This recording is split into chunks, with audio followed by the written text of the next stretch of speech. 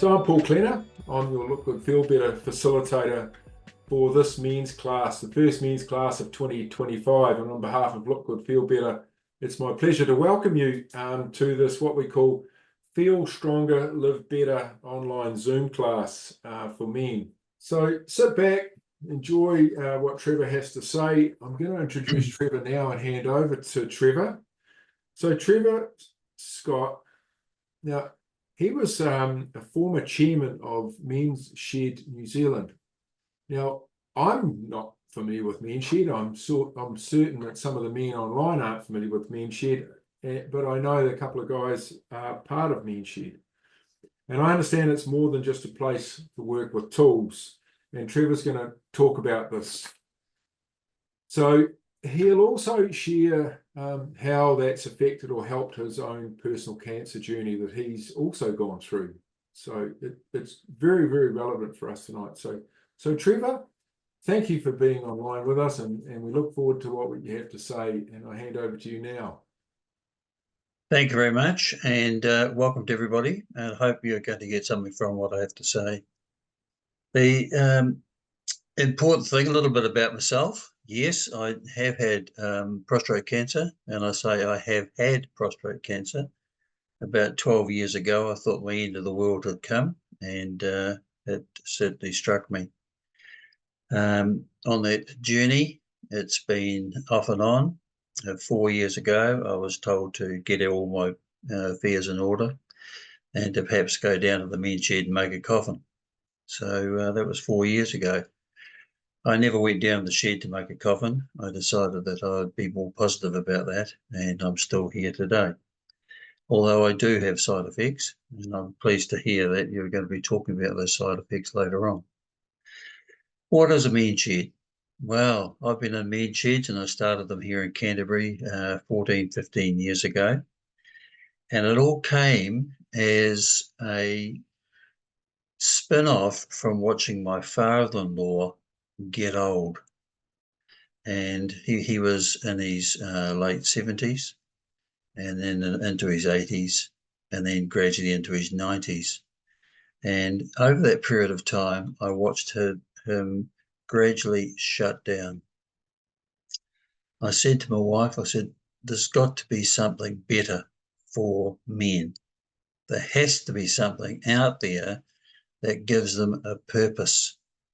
And unfortunately, I left it a bit late, but on a Saturday, I used to make things up and go into the rest home and sit around a table with him, and 2 or 3 other men joined in at the same time, and we welcomed those other people in, and we used to make some small little things up together and talk about things and try and have a purpose for that Saturday, each Saturday, something to look forward to.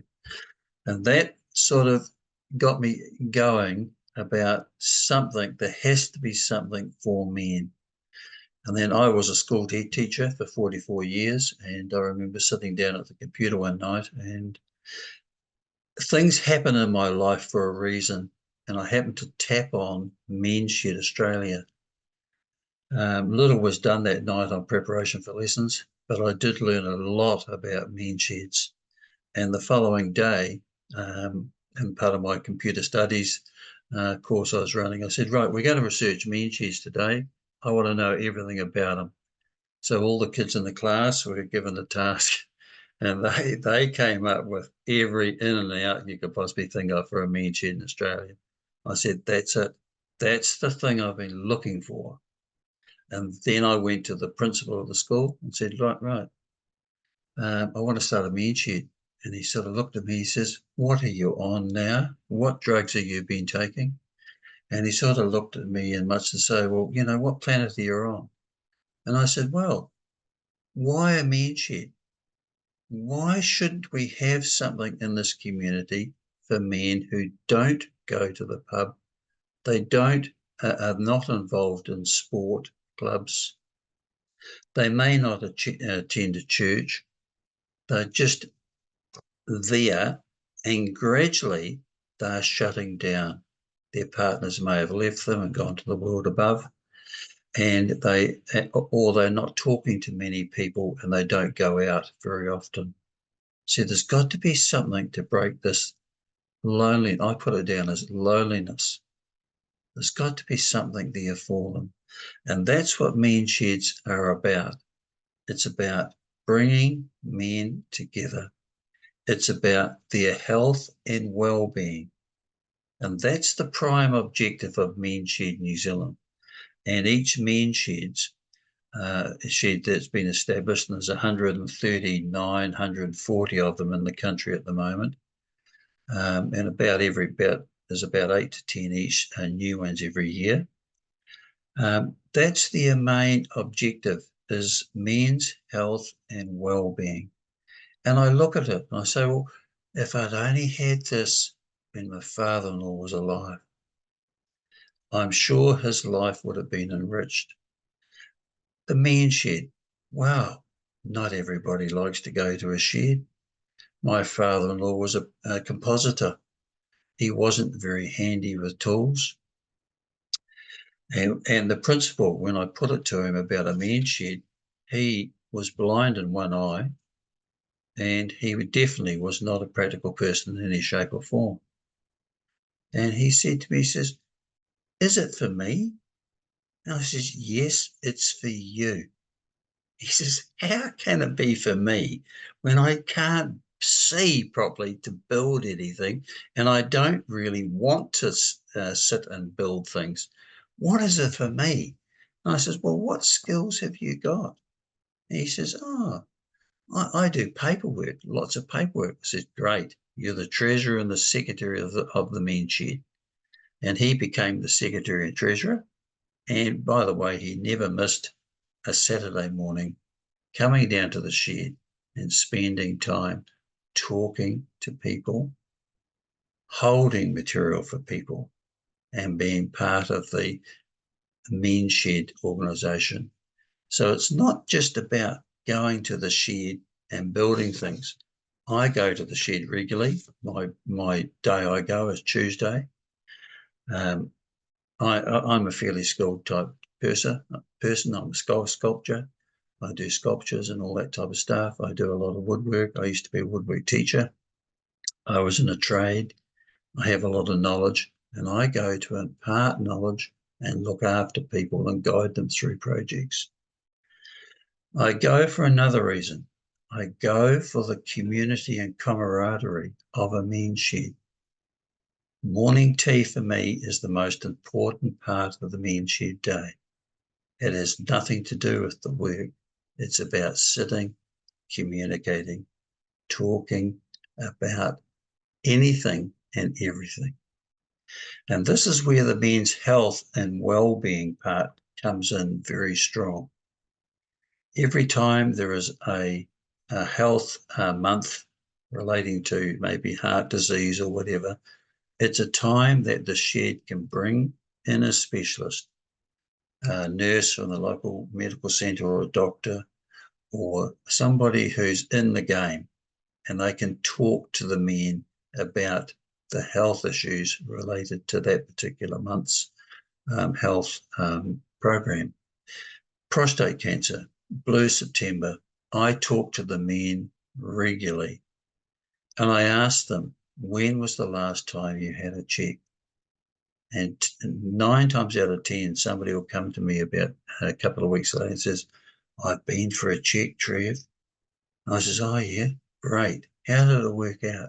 Oh, I'm clear. I says, great. But what would have happened if you weren't clear?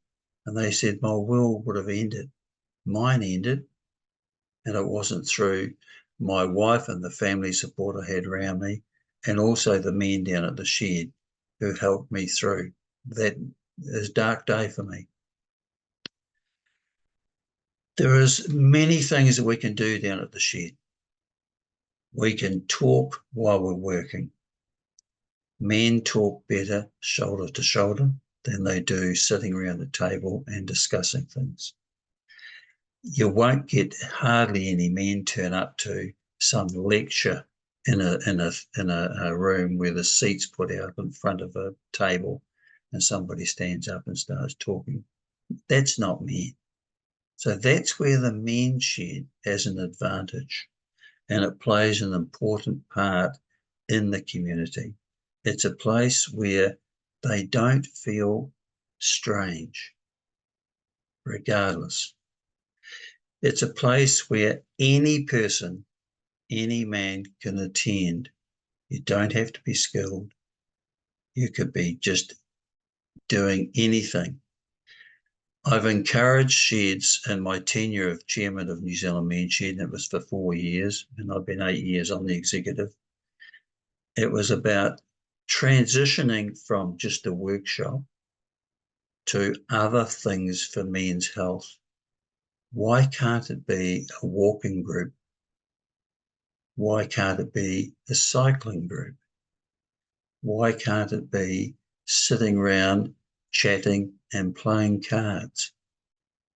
It doesn't have to be the vehicle of coming together, maybe the men's shed, but what we do can be diversified into numerous things.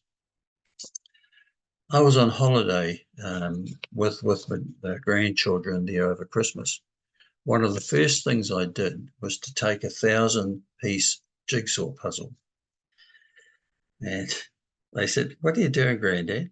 I said, "Oh, you just watch." I threw the jigsaw puzzle, scattered it on the table, and did a little corner. Well, by the end of that holiday, we were there for 4 days, every one of those members of our family had contributed to the making of that picture. And they were all keen to see that the picture was finished before we packed up. Now, I've done that same exercise down the men's shed.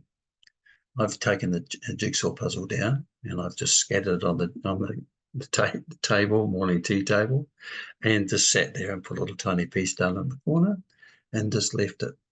Well, within a couple of weeks, that jigsaw puzzle's been done. There's a purpose.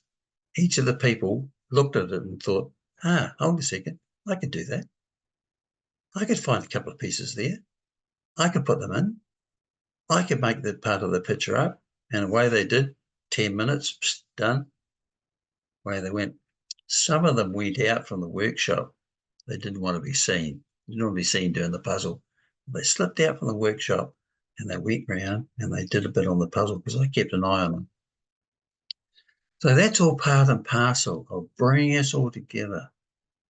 It gives us time to reflect on what we've been doing during the week. It gives us time to share. It gives us time to communicate and make connections. And that's what MENZSHED, the basis of MENZSHED belief is about. Connection, men's health, men's well-being.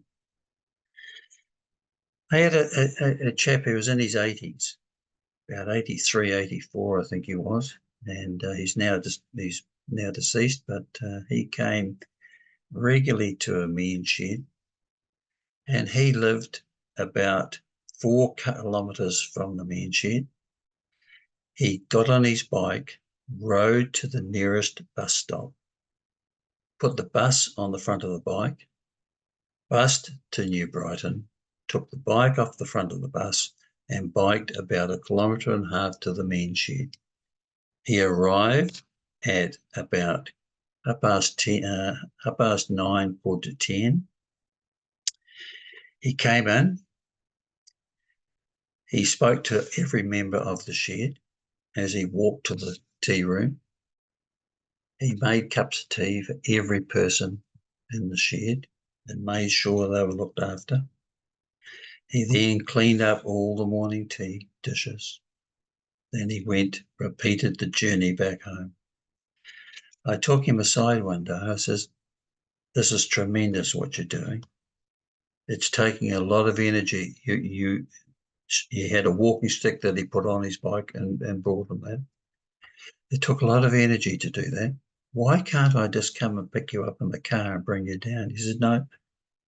He said, "It's a purpose. It's given me a purpose. If I come in your car, half of that purpose is gone. It made me exercise to get there. It made me communicate and make connections with the people at the shed. It gave me time to sit and talk to other people at morning tea time. I valued that time. I valued having to bike the 2.5 Ks in total each way. Now I thought, well, that's not an isolated case. That's a case that's happening all around the country. When I was chairman, I used to visit a lot of sheds, and I'd be taken aside by people and they'd say, the men's shed has given me a purpose in life. It gave me a purpose in life. It has given the people who attend the shed, I'm sure, a purpose in life. Their day, they might be a regular Tuesday person or a Monday person, whoever it is, but it's given them a purpose in life.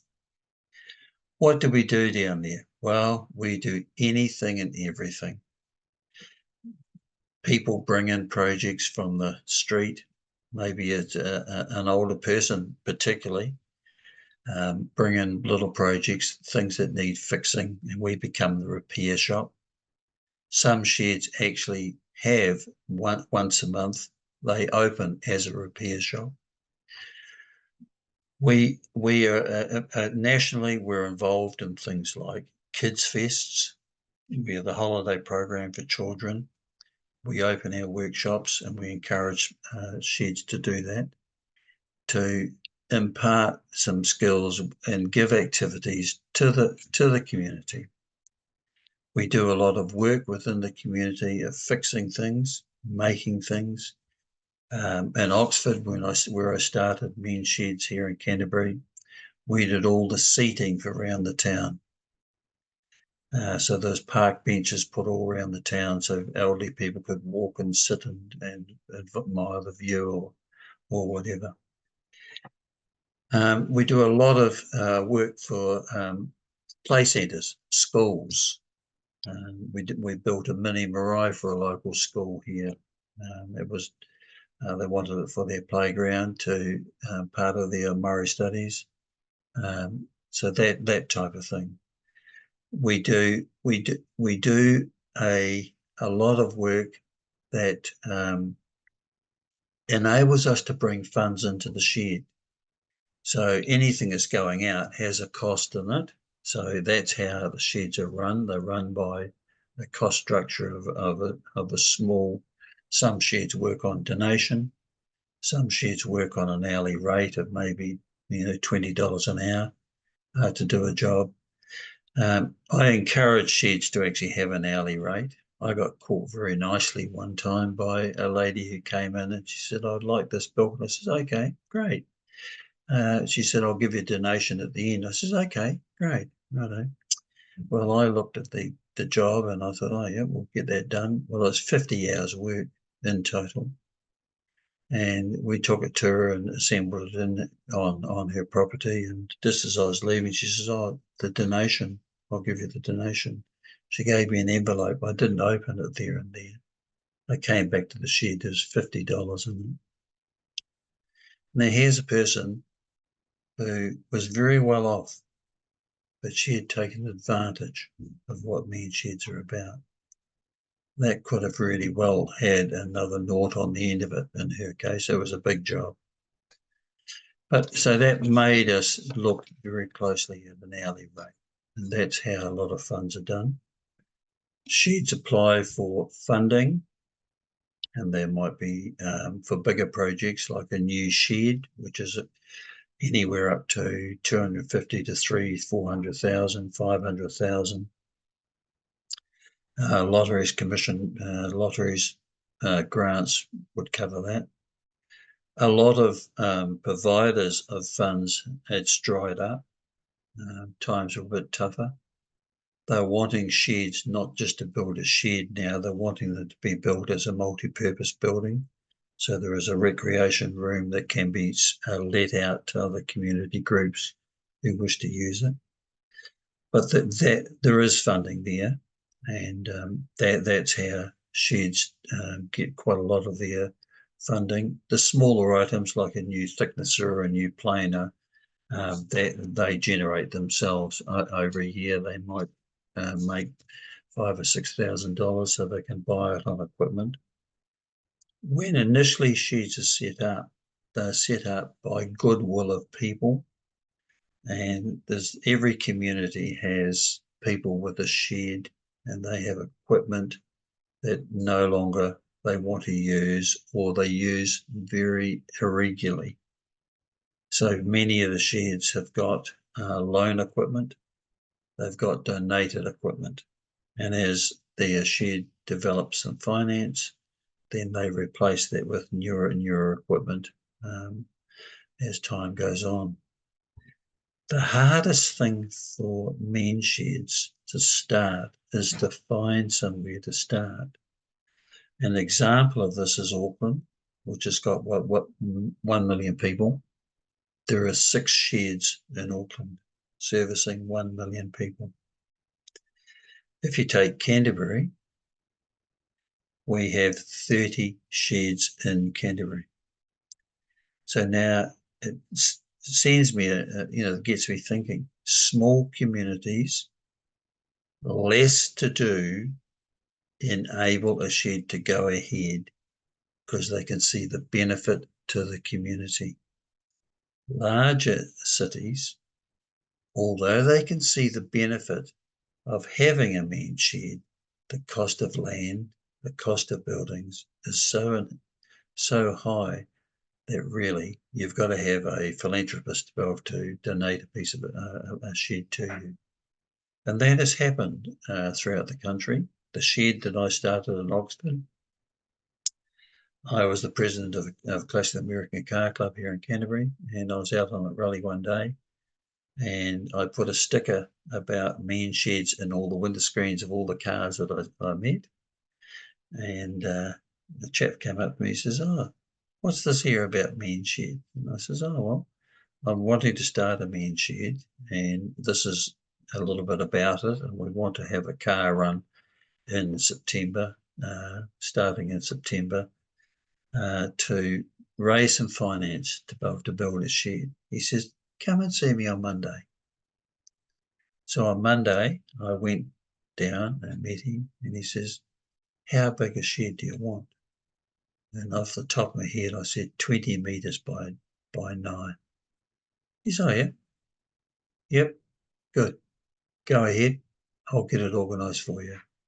And he donated the shed for us. Now, that's few and far between, but I have heard of numerous cases over the country where somebody has given generously. Timaru Shed, it's owned by a person, and he gave the backyard out the back of some sheds with a lean-to the MENZSHED, and they are now occupied 2/3 of the sheds that he owned. And he quite happily has done that. And he said it's been a great venture for the community. I look at towns that have got MENZSHEDs, and you can see a difference. When I go to the town, I know what the MENZSHED have done. I've only got to look around. And there's playground equipment. There is maybe a notice board outside some buildings. Might be a hall with a notice board outside telling what's going to be held on. When I've gone to those sheds, I says, "Oh, and what have you done in the community?" He says, "Oh, notice board outside the church building, and we've repaired the door, the LED light windows in the church they needed doing." And they rattle off numerous things. The Hallswell shed here in Christchurch went across to the Chatham Islands and brought back the stained glass windows because the window frames had rotted. They brought them back, rebuilt them all, air freighted them back across to the Chatham Islands and put them back in their church for them. What a community effort that has been. How enriching it is for the men of the shed to be able to be doing a job like that. And that's happened throughout the country. There are numerous, I can rattle off dozens and dozens of occasions where things have been done. Just east of Masterton, there was a church that had a spire that was all damaged. They rebuilt the spire, put it all back up again. It was worse for wear. So the thing that we do well, is that we are there for the community. We are there for the men of the town and the community. Now, some sheds work on the basis you've got to be retired to be in a men's shed. I don't believe that. I believe men's sheds are open to all men, regardless of age. I encourage sheds to have father and son activities. What better way to bond a family together than to have an exercise where father and son can attend, granddad and grandson. I had a young lady ring me. She was 11. She says, "Can I come to the men's shed?" I says, "Wow, that's a good one." "Yes, you can. You get your father to ring me." So anyway, the father rang me and he said, "She wants to build some things. She's mad keen on practical things, and I'm useless." I says, "Bring her down. You join, you look after her, we'll give her the skills." She came for about 6 years.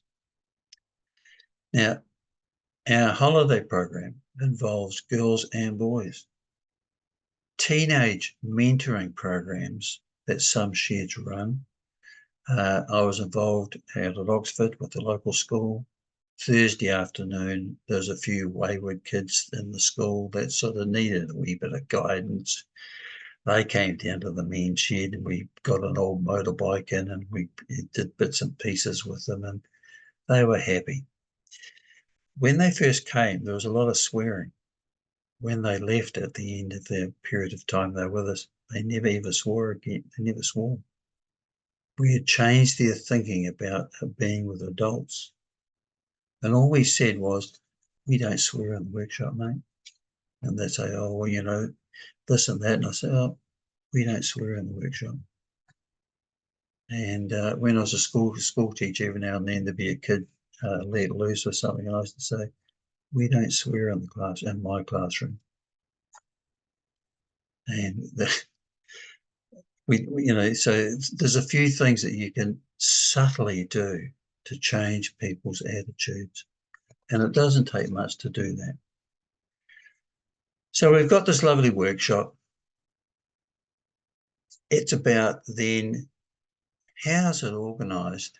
Well, many of the sheds are either a trust or they're an incorporated society. And the trusts and incorporated societies become charitable organisations. That way they apply to the Charities Commission for status. They don't pay taxes and things like that. So that works out quite good for them. There's a committee. I work on 10% of people. There's 10%. If there's 100 people, there'll be 10 who are quite happy to probably go on a committee if you twist their arm.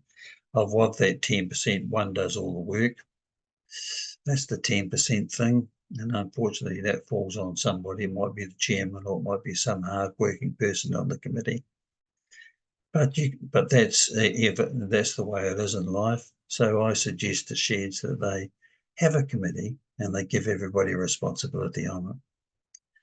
There is a shed in the Hawke's Bay that has the ultimate democracy. Every shed member is on the committee.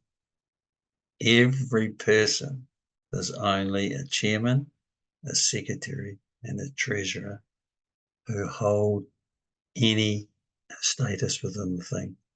Every person is a member, and once a month they have their meeting and all the members go as on the committee and they talk about what they're going to do and they divide it up between all the men in the shed. What a way to go. Perfect. It builds again camaraderie. It gives people a purpose. They're not just coming and using the shed and going away. They're coming and contributing to the shed. And that's what we encourage, is this contributing to the shed itself. So the sheds are open.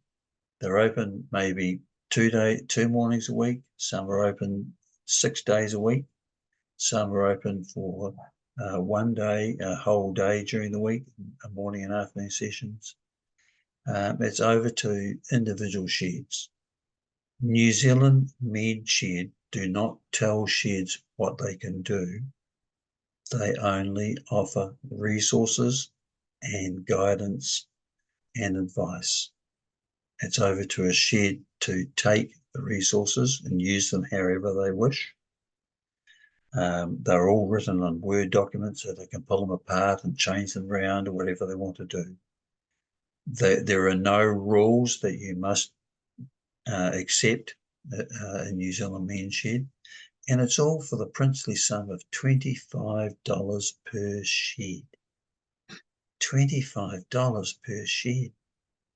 There's no members of New Zealand MENZSHED.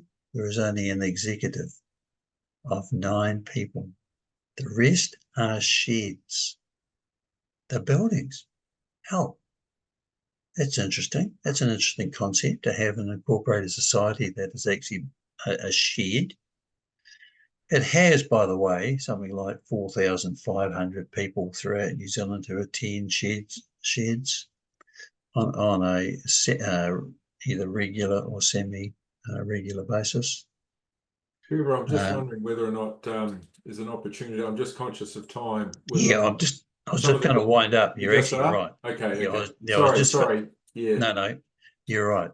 I was just finishing up with that little bit of statistics there. And then I was going to open it up for questions. If people have got some questions they want to ask me, yes, please do. Oh, so you've wrapped up? Yep. Oh, okay. Thank you so much. Lots of material covered there, that's for sure. And gentlemen, there's an opportunity now for you to ask Trevor any questions you would like to ask him about MENZSHED, about the people in it, or whatever has come to the forefront as he's been talking and sharing. And there's such a wide range of items and insights that Trevor's shared that I guess as men we can kind of go, yeah, I can connect with that. So if you want to, you can hold your space. You can either unmute, so your mute button is down on your left-hand corner of your screen, or you can simply hold your space bar down. So if you hold your space bar down, and then you can say, oh, you know, hi, I'm Graham, or hi, I'm Gary. Trevor, I've got a question for you. So feel free now to open up and ask a question. So I'm a man with cancer, say, any one of these guys that's on here listening tonight have or had cancer, and they're going, so what's in it for me? How do I connect with men that don't have cancer, that are building and doing stuff, and I'm going along there with this different? Right. I think first and foremost is that the connection comes by being there. They will give you a job to do if you haven't got a job to do. So you become straight away, you become part of the system of that day. I do some jobs, and when I see somebody new to the shed, so have you got anything to do? Oh no, come and join me on my job. Come and join me on this job here. I'll show you what we're doing, and we can get into it. And that breaks the ice. It's about doing something shoulder to shoulder, talking, communicating, and making people feel welcome. It's not about saying somebody walks into the door and they're standing there, everybody just carries on as though nothing's happened. It's about approaching that person straight away, somebody going and approaching them and making them feel welcome. And then getting them something to do. Oh, I've just come today to have a look. I say, okay, have a look. But while you're here, you're going to do something as well. No, that's great. Because, see, man, when you were explaining your skill set, you're a highly skilled person, right? I am. And what I heard was it was all about watching your father-in-law deteriorate and lose purpose and direction or whatever. And it was through that observation that caused you to move ahead. Whereas you could have had a workshop at home, like many of us do, Right. We do all our jobs and works, and so why would you, with all of those skills and maybe your own workshop, go along? Is it that what Well, you I can tell you a described, right? story. I can tell you a story about that. There was a lady came to the shed, and she says, "Oh, I don't know what I'm going to do with my husband." I said, "Okay, what do you want to do with him?" She said, he doesn't do anything. And I says, "Okay, I'll come around and have a yarn." So I went round and, "Billy Bob, how are you?" "Yeah." He says, "Oh, come down the shed, down the shed. Got this beautiful workshop. Oh, mate, you could do anything you could dream of in it. Had every conceivable tool and a piece of equipment you could possibly dream of." And I said to him, I says, "Well, how many people a day do you talk to?" He says, "Oh, I talk to my wife." I said, "Well, that's a blessing." Anyway, I said, "Tell me your day." He says, "Oh, well, I have breakfast and talk to my wife and that, and I go down to the shed and pot around. I might go up for morning tea if I'm not doing anything too much, or I might go up for lunch, and that'll be right. And then I'll come back again." I said, "But how many people you've talked to?" He said, "I've talked to my wife." I says, "Wouldn't it be nice if you could talk to other people?" He said, "But I've got a workshop. Why would I go to a men's shed?" I said, "It's not about the workshop. It's about people. Right. That's the key. It It's is, about isn't it? connection." Yeah. No, thank you, Trevor. Okay. I'll wind up this piece of it. We really very much appreciate what you've done for all those years ago, to taking the initiative, because as we know, there's 1% that kind of go and make it happen, and the rest will follow. So well done to you. I think that's amazing, because as we know from our own men's groups and so forth, that having a purpose and having others that kind of get it, and can rub shoulders is crucial. So well done.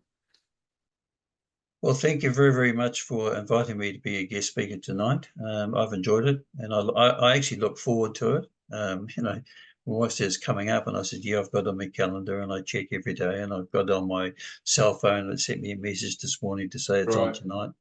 So it's Cool. been great. So thank you very, very much. I'll leave you now because my wife's just Okay. come home, and I think she's got tea on the go. Right. But thanks All very, right. very much, and I hope that I've imparted something for you.